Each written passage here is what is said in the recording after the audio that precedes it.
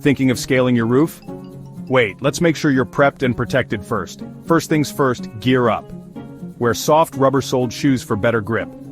And don't forget your safety harness. Safety is no joke. Set up a sturdy ladder at a safe angle. Always have someone nearby to hold it steady. Buddy system for the win. Now, as you step onto the roof, be cautious.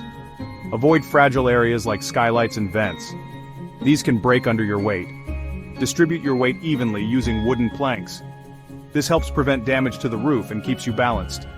Stay aware of your surroundings. Keep an eye on the edges and always maintain your balance.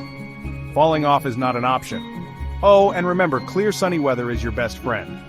Wet roofs are a slippery nightmare. When in doubt, call the pros for those tricky tasks. Your safety is worth it. So let's play it smart and stay safe up there. Thanks for watching. Don't forget to like, subscribe, and share these essential tips with fellow homeowners. Catch you later, and happy home improving.